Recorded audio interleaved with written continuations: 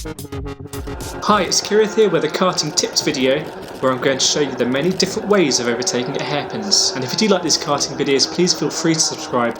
It's always really good to see you're interested and I can answer your comments. But for our analysis here, we're going to use hairpin number 2 at Buckmore Park. So we start on the left of the track but drift over to the right to open up the corner, turn in nice and early, get the power nice and early and let the kart run wide and exit so we can maximise that power and straight line the next couple of corners, the S's. Now let's have a look at a fairly standard overtake here. So instead of going to the right, I'm going to stick to the left, take a very narrow line around the corner, but I've got track position and I've got the place. Now we're going to analyse why that overtaking manoeuvre is so effective. So if you have a look at the target in front of us here and look at their helmet, and right about now you can see that they've realised that I'm coming for that apex.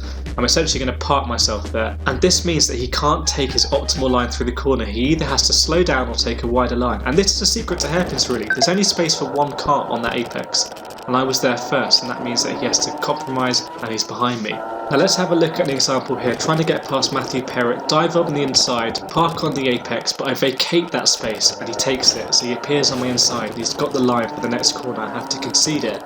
So basically here I didn't quite get my timing right, I didn't disrupt his flow enough. So here I dive on the inside, but you can see he just swings through and he takes his normal line.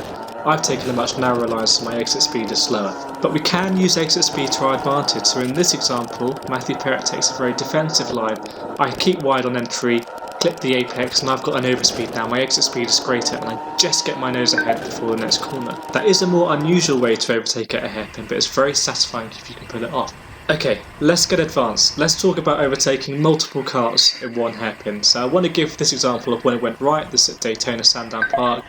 Bit like a rugby step, they go one way, I go the other. But really hard to do in fast accelerating two-stroke cars that carry a lot of speed through the corner. So I'm going for a move here, probably just the one kart, but it doesn't quite work out, it all closes up. And he's just letting me know that, yeah, he's cool with that, he hasn't got any problems. That's probably what he was saying, I can't hear him anyway. But let's have a look at an example where I do really try and go for a two-kart overtake. So same hairpin again, got a couple of karts here and I think, right, I'm going to do it, I'm going to go for it, and no, it doesn't quite work out. So I haven't quite mastered this in the two-stroke Club 100 karts yet. But what I do want to show you is someone that has. So here, keep an eye on the kart under the smiley face because it's not just one kart, not two, but 3 karts he overtakes at that same hairpin. So he's 3 times better than me.